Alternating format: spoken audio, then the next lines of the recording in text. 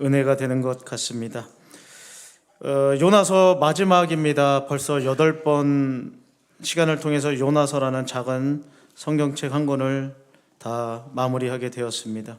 특별히 4장 마지막을 마무리하면서 하나님의 마음과 인간의 마음이 얼마나 다른지를 보여주고 있고요.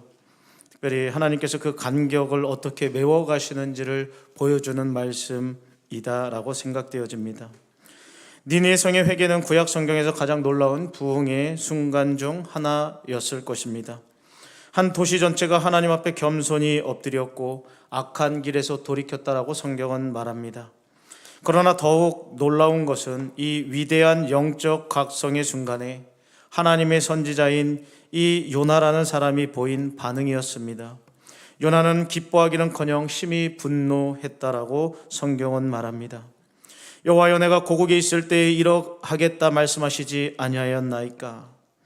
요나의 말씀 속에 깊은 불만과 원망이 담겨 있습니다. 그는 처음부터 니느웨가 회개할 것을 이미 알고 그렇게 되지 않기 위하여 그는 도망갔었다라고 이유를 설명하며 고백합니다. 얼마나 아이러니한 상황입니까? 선지자가 자신의 메시지를 성공적으로 하나님의 대언을 말씀을 선포하고 그들이 돌이켜서 하나님 앞에 나왔다라고 하면 기뻐해야 할 것이 당연한데 오히려 화를 내고 있는 요나의 모습을 보게 됩니다. 이런 요나의 모습은 우리의 모습을 반영하는 모습처럼 보이기도 하죠.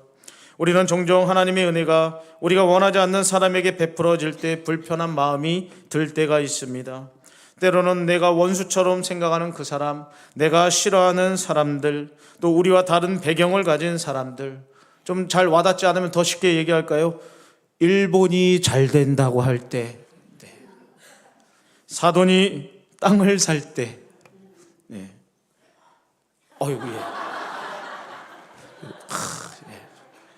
감사합니다. 도와주셔서. 이런 모습들이 요나의 모습이고 요나의 모습이 우리들의 모습 아닌가 생각해 볼 수 있죠.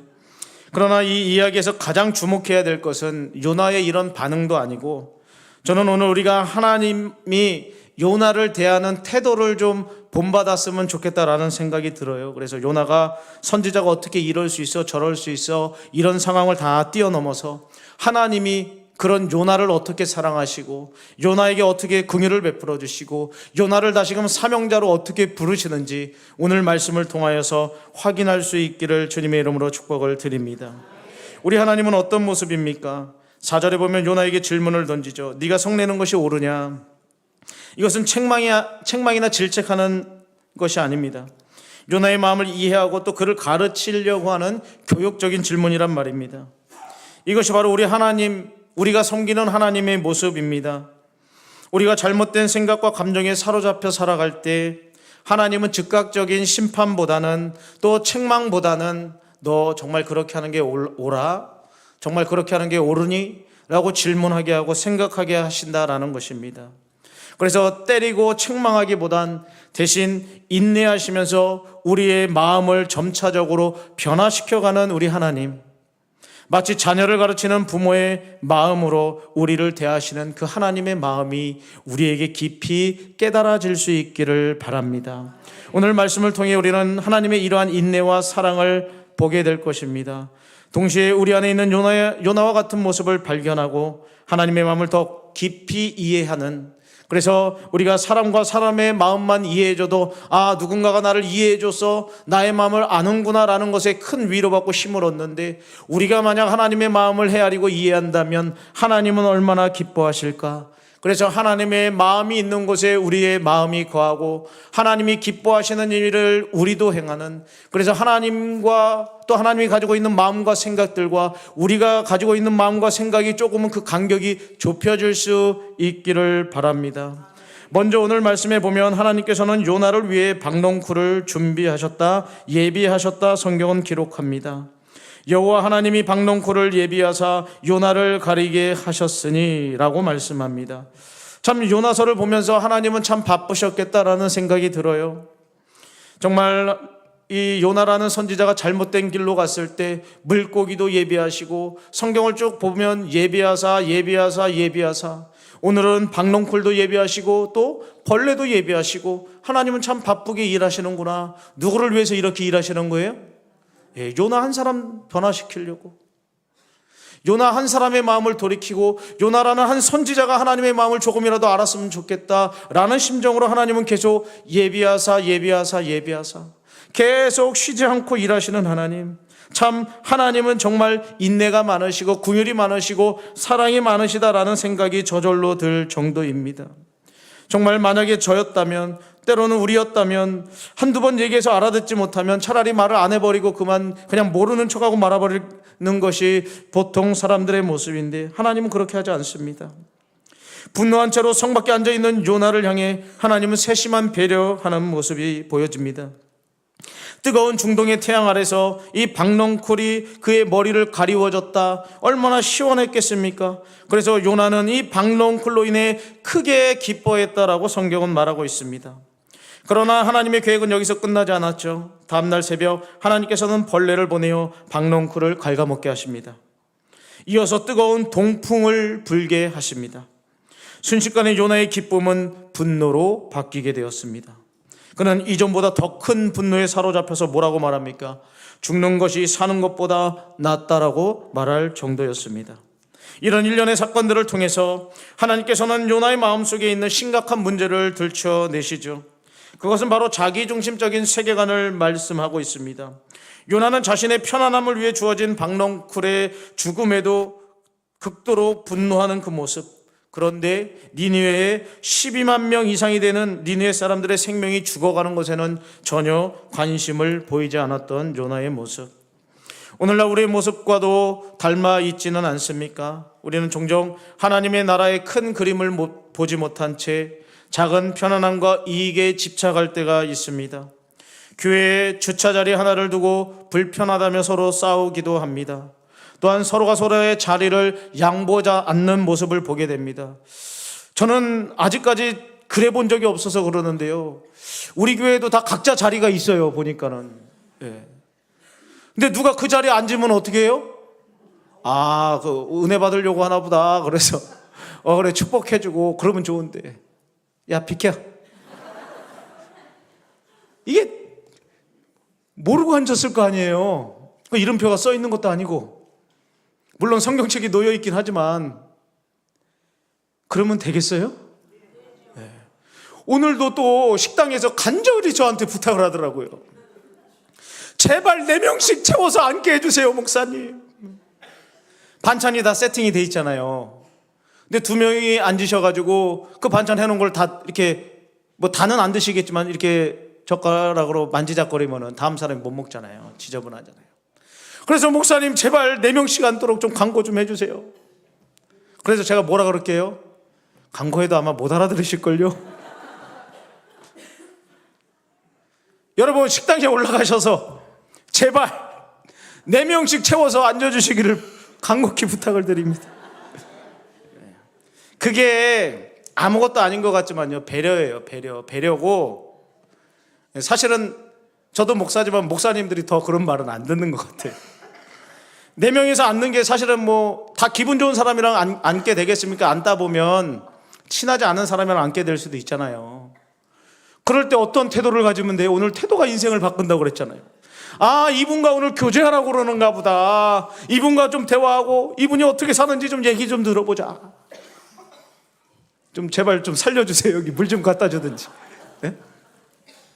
그런 마음을 가지고 우리가 그런 태도를 가질 때 은혜로운 것 아니겠습니까? 근데 우리는 작은 편안함, 내가 그냥 앉던 그 자리에 내가 편하게 앉으려고 누군가에게는 불편한 이야기를 하고, 때로는 내가 편하려고 그냥 넓은 자리에 아무 데나 앉아서 식사를 하게 되면 다음 사람은 그 드신 자리에서 또 앉아서 드셔야 될 수도 있는 것 아니겠습니까? 그러니까 이런 것부터, 이 작은 것부터 우리 성도들, 그리스도인들은 좀 생각하고 배려해야 된다는 거예요. 다른 모습이 요나의 모습이 아니라 그런 모습도 요나의 모습이라는 겁니다. 그래서 많은 교회들이, 특별히 주차장에 협소한 교회들은요, 예배드리고 나가면서부터 막 싸움질한다니까요. 우리 교회도 얼마 전에 제가 그런 이야기를 들었어요. 막 나가는데 차가 또 앞에 막 대져 있는 거야. 대져 있어가지고 전화를 하는데 전화도 안 받고 막 그러니까 막 열이 많이 받으신 거예요. 예배 마치고. 근데 이런 작은 습관들, 작은 모습들, 내가 좀 불편하면 누군가는 편할 수 있을 텐데, 내가 5분만 좀 늦게 가고 천천히 오면, 또 반대로 생각하면 조금 더 일찍 와서 좋은 자리에다 이쁘게 주차했으면 상대방이 그렇게 불편하지 않았을 텐데, 신기해요. 여기 주차장이 막 이중으로 돼 있고 막 엄청 불편한데도 불구하고 학교 운동장에는 주차 자리가 있거든요. 참 신기해요. 그 거리상으로는 뭐 100m도 안 될 것 같은데 희한해요. 나만 편하면 되는 거예요. 나만 잘 대놓고 나만 빨리 가면 괜찮은 거예요. 물론 여기 계신 분들이야 뭐 어차피 오후 예배 드리고 가니까 마음 편하게 아무 데나 다 대놓으셨을 텐데, 들어야 될 사람들은 다른 사람들이지만, 혹여나 그분들 만나면 꼭 전해주세요. 이런 작은 편안함이 바로 요나의 모습 아니었나? 나의 모습 아니었나? 우리의 모습 아니었나? 우리 주변의 수많은 잃어버린 영혼들에 대해서 우리는 무심히 살고 있지는 않은가?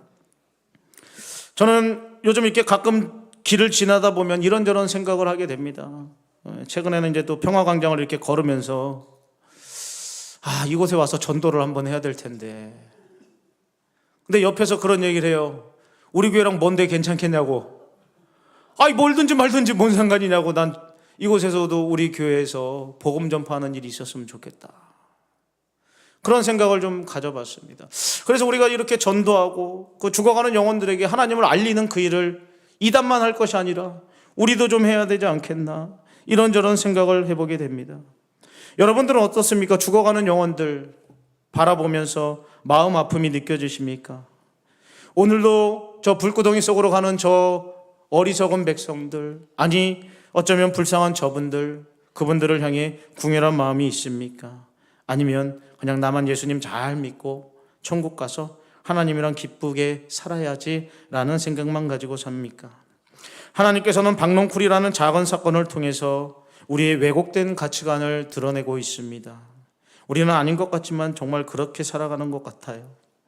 우리가 진정으로 소중히 여기는 것 무엇입니까? 우리의 편안함입니까? 아니면 하나님의 나라입니까? 정말 우리는 하나님의 백성이고 하나님은 우리나라의 왕이라고 말씀하는데, 우리는 그 나라에 대해서 얼마나 생각합니까?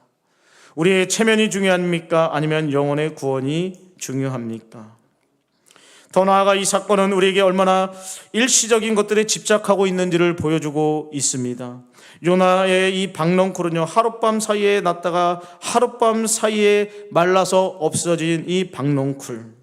어쩌면 우리가 이 세상에서 붙들고 있는 것들의 본질이 바로 이런 것들이 아닌가 생각해 볼 수 있죠. 정말 하루아침에 다가왔던 많은 것들이 하루아침에 사라질 수 있는 것들, 대부분의 세상의 것들은 이와 같은 것들이에요. 그래서 박농쿨과 같아서 때로는 우리에게 그늘을 베푸는 것 같지만 그 다음 날이면 더 심한 갈증을 일게 만들고 더욱더 뜨거워서 견딜 수 없게 만드는 그런 것들이 바로 세상이 주는 기쁨이요, 우리가 세상에서 그토록 가지기를 원하고 붙잡기를 원하는 것들이 아닌가 생각되어집니다. 우리의 재물과 명예와 관계와 건강이 모든 것들 언제든 박농쿨처럼 사라질 수 있는 것들입니다. 그러므로 우리는 이 말씀을 통해서 우리의 시선이 새롭게 바뀌었으면 좋겠습니다. 하나님께서는 우리가 일시적인 것에 영원한 것으로, 또 자기중심적에서 하나님 중심으로의 관점이 바뀌기를 원한다라는 사실입니다. 이것이 바로 하나님께서 박농쿨을 통하여 요나에게 가르쳐주고 또한 우리에게 가르쳐주고자 하는 귀한 교훈입니다. 이제 우리는 각자의 삶에서 우리의 박농쿨이 무엇인지 진지하게 돌아볼 수 있어야 합니다. 우리가 진정으로 붙들어야 할 것은 무엇입니까? 또한 우리의 마음과 열정을 쏟아야 될 대상은 무엇입니까? 한번 신중하게 생각해 보시기를 바랍니다. 계속해서 하나님께서는 박농쿨 사건을 통해서 요나에게 결정적인 질문을 던지십니다. 어떻게 질문합니까? 네가 수고도 아니하고 키우지도 아니하니 박농쿨을 아꼈거든 하물며 이 큰 성읍 니느웨를 내가 어찌 아끼지 아니하겠느냐 질문하십니다. 이 질문에서 하나님의 넓으신 긍휼의 마음이 온전히 담겨 있음을 볼 수가 있죠. 우리는 하나님과 요나의 관점 차이를 분명하게 볼 수 있습니다. 요나는 자신이 전혀 수고하지 않은 그 한 그루의 식물을 위해서 슬퍼했고 기뻐했습니다.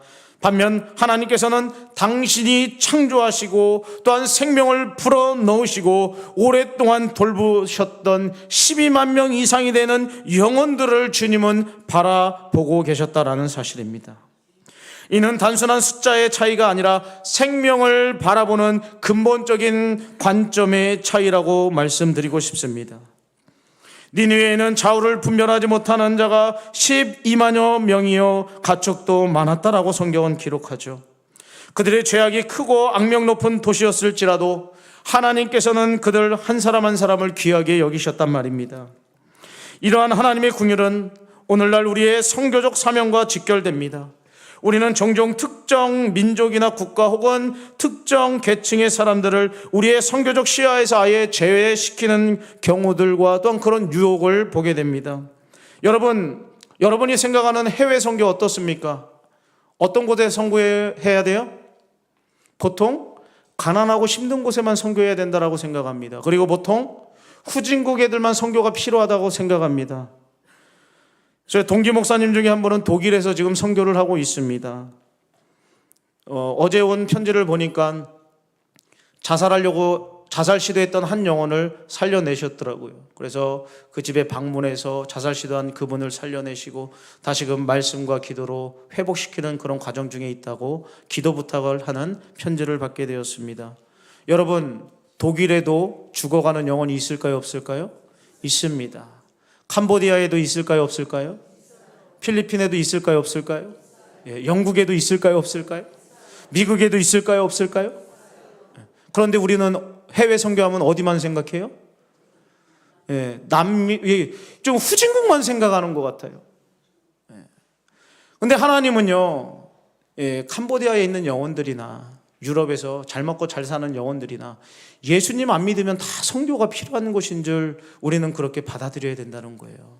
우리의 시야를 좀 넓혀야 됩니다. 선교사님들이 왜 선진국 가서 선교하면 안 됩니까? 물론 선교를 어떻게 하느냐 방법은 다를 수 있겠지만 선진국 가든 후진국을 가든 영혼 살리는 일을 하면 되는 것 아니겠습니까? 그런데 우리는 그런 잘못된 생각을 가지고 이런 나라 저런 나라는 다 제외시켜놓고 정말 어렵고 힘든 나라만 갑시다 이렇게만 이야기한다면 저 유럽 사람들은 어떡합니까? 지금 정말 하나님을 더 멀리하고 있는 저 유럽에 있는 국가들은 어떻게 해야 되냔 말입니다. 그래서 우리는 하나님이 그들도 이 정말 죄 많은 그들도 불쌍히 여겼다라는 것을 기억하면서 어떠한 구원받을 어떠한 계층이나 나라들을 제외시켜 놓지 않기를 주님의 이름으로 부탁을 드립니다. 마치 요나가 니느웨 사람들은 구원 대상이 아니야 라고 말한 것처럼 우리도 마음속 깊은 곳에 저 사람들은 구원받을 수 없어, 저 사람은 구원의 손길이 필요 없는 사람이야 라고 말하지 않기를 바랍니다.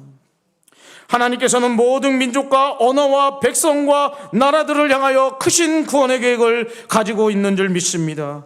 요한계시록 7장에 보면 하나님의 보좌 앞에는 각 나라와 족속과 백성과 방언에서 아무도 능히 셀 수 없는 큰 무리가 서게 될 것이라고 성경은 말하고 있습니다. 더욱 놀라운 것은 하나님께서 이러한 선교적 사명을 위해 여전히 우리를 사용하길 원하신다라는 점입니다. 비록 요나처럼 우리가 불완전하고 때로는 하나님의 뜻에 저항하고 하나님께서 우리를 포기하지 않는 모습, 내가 너를 끝까지 같이 일하기를 원해, 너가 정말 사명자로 서길 원해, 너가 정말 선교적 사명을 내가 아니라 네가 그 일을 좀 감당했으면 좋겠어, 그 일을 나와 함께 하자라고 계속 초대하고 있다는 사실입니다. 이것이 바로 복음의 능력이죠. 하나님께서는 우리의 편협한 마음을 넓히시고요, 우리의 이기적인 시각을 교정하십니다. 그리고 우리를 통해 그분의 긍휼이 이 세상에 전해지기를 간절히 원하고 계시다는 사실입니다. 마치 니느웨를 향한 하나님의 긍휼이 그들의 구원으로 이어졌던 것처럼 오늘날 하나님의 긍휼은 우리를 통해 많은 사람들을 구원하는 것으로 이어지기를 원하고 계시다는 사실입니다. 따라서 우리는 이제 우리의 선교적 시야를 새롭게 점검했으면 좋겠습니다. 물론 우리가 다 선교를 나갈 수 없습니다. 그러나 여러분들이 제일 안 될 것 같다라고 하는 그 사람, 저 사람은 복음이 필요 없을 것 같아 라고 여기는 그 사람들에게 인생의 질문을 한 번씩 던져보십시오. 여러분들이 모르는 그 사람도 마음에 아픔이 있고 슬픔이 있고 인생의 크고 작은 문제들 가운데 힘들어하고 있습니다. 그럴 때 여러분들이 툭 하고 건드려주며 예수님이 정말 행복의 시작이야, 우리 한번 예수님 믿어보자 라고 한마디 던졌을 때 그에게는 새로운 인생이 열릴 수 있게 되는 것 아니겠습니까?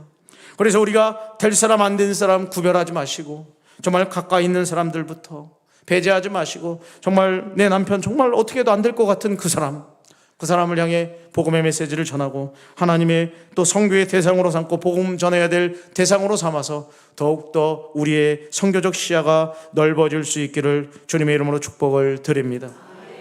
마지막으로 한 가지만 더 살펴보도록 하겠습니다. 하나님께서는 요나의 분노와 불순종에도 불구하고 그를 포기하지 않으시고 계속해서 대화를 시도하십니다. 그의 마음을 변화시키고자 하는 하나님의 열심입니다. 이는 하나님께서 우리를 향하여 보여주시는 변함없는 신실함을 잘 나타내주는 대목이기도 합니다. 이런 하나님의 은혜를 통한 사명의 회복이 일어나는 것을 보게 되죠.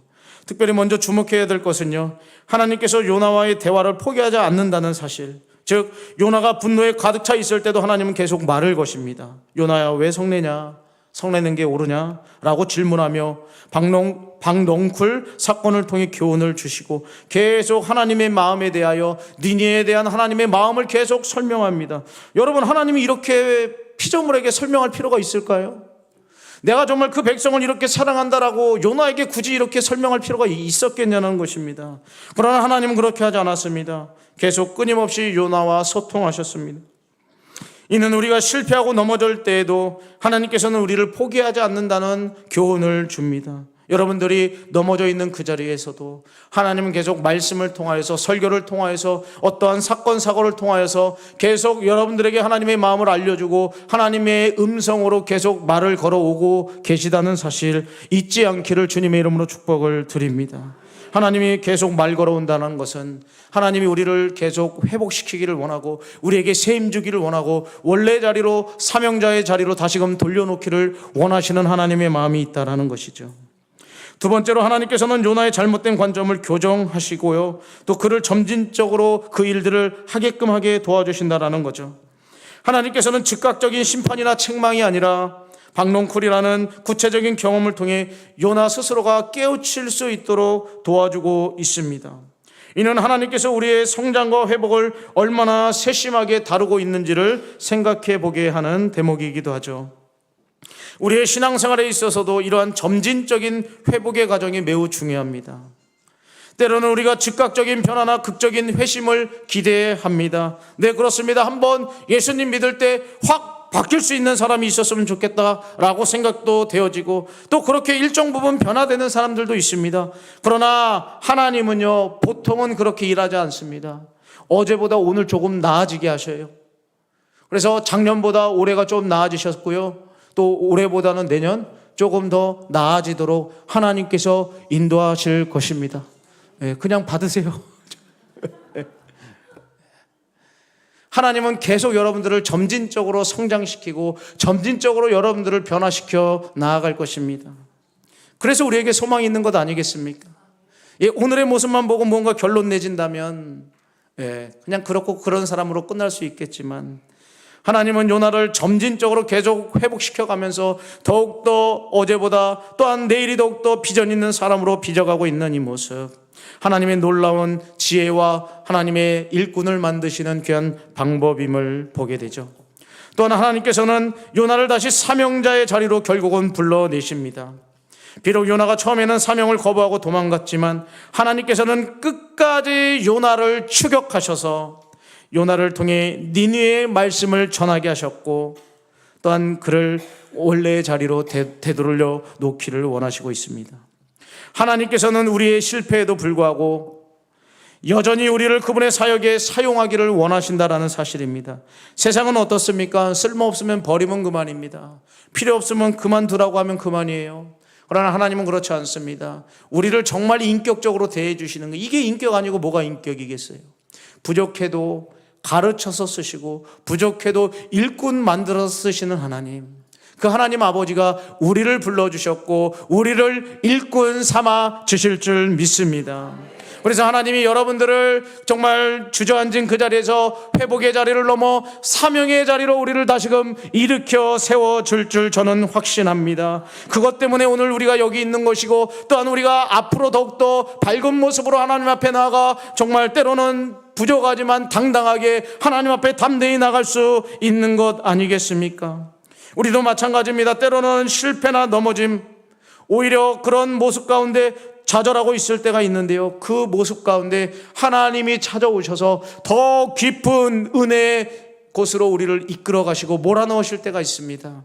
그럴 때 하나님의 일하심을 맛보시고 하나님의 긍휼과 사랑하심을 깊이 경험하고 그것 때문에 다시금 일어나서 하나님이 원하시는 귀한 곳에 쓰임받을 수 있기를 주님의 이름으로 축복을 드립니다. 마지막으로 이 모든 과정은요, 하나님의 신실하심에 근거하다는 것입니다. 하나님의 신실하심이라는 것은 뭐냐면, 간단하게 말하면 하나님 마음대로 한다는 거예요. 하나님은 변하지 않는다는 것입니다. 우리는 사람을 대할 때 네가 잘하면 나도 잘하고 내가 잘하면 너도 잘한다, 뭐 이런 것 아니겠습니까? 오늘 누군가에게 잘해줬다가 그가 조금만 나에게 이상한 태도를 보이면 네가 나한테 그랬어? 괘씸하네? 그래, 넌 두고 봐. 이젠 뭐도 없어? 국물도 없어. 그게 인간이에요. 근데 하나님은 정말 국물도 없어도 될 이 요나에게 어떻게 하셔요? 계속 대화를 거시고 계속 찾아오시고 예비하시고 바쁘게 움직이시면서 요나를 설득하며 또 설득시키고 또 화가 났으면 좀 다스려 주시고, 그러면서 계속 신실하심으로 변함없이 그 한 사람을 세워주기 위해서 하나님은 열심으로 일하고 계시다라는 사실입니다. 이 요나서의 이야기는 단순히 한 선지자의 실패와 회복을 넘어서 끝까지 포기하지 않는 하나님의 사랑을 우리에게 보여주고 있습니다. 이는 오늘날 우리에게도 큰 위로와 소망이 되죠. 우리도 때로는 요나처럼 실패하고 넘어지고 심지어 하나님의 뜻을 저항하고 하나님을 멀리 떠나려고 할 때도 있습니다. 그러나 하나님께서는 우리의 실패를 통해서 역사하십니다. 우리를 다시 일으켜 세워주신단 말입니다. 새로운 사명으로 다시금 우리를 불러주십니다. 이게 바로 하나님의 은혜입니다. 하나님의 긍휼은요, 또 하나님의 긍휼에 붙들린 사명자는요, 요나서의 마지막 장처럼 하나님의 놀라운 긍휼과 인내를 맛보는 사람입니다. 요나의 이야기는 단순히 역사적인 기록을 넘어서 오늘 우리에게 분명하게 말씀합니다. 하나님의 뜻을 이해하지 못하고 저항하는 그에게 찾아가 주셔서 하나님의 마음을 계속 알려주시고, 나는 이렇게 긍휼이 많은 하나님이야, 내 마음은 이런 곳에 있어 라고 요나를 설득시키고 계속 이야기하셨던 하나님의 긍휼, 그 긍휼이 오늘도 우리를 향하여 있음을, 또 죽어가는 영혼들을 향해 있음을 믿으시기를 주님의 이름으로 부탁을 드립니다. 그렇기 때문에 여러분들이 우리의 마음과 우리의 생각을 내려놓고 하나님이 기뻐하시는 일들을 깨닫고 그 일을 위해서 오늘도 한 발짝 한 발짝 또 주님이 기뻐하시는 그곳에 함께 마음을 쓰면서 죽어가는 영혼들을 살리는 그 일에 힘쓰고 애쓸 수 있는, 그래서 우리의 선교적 시야가 확장되고, 그래서 안 될 것 같은 그 사람에게 복음을 전하고, 정말 안 될 것 같은 사람이 여기 서 있는 거고, 안 될 것 같은 사람들이 여러분이 지금 앉아서 하나님을 예배하고 계시잖아요. 그래서 안 될 것 같다라는 그 사람이 주님께 돌아와 변화되어 그를 통하여서도 또 많은 죽어가는 영혼들이 살아나는, 그래서 우리 교회를 통하여 생명의 역사가 계속 끊이지 않기를 주님의 이름으로 축원을 드립니다. 시간 주신 말씀 한 절이라도 마음에 새기며 그 말씀대로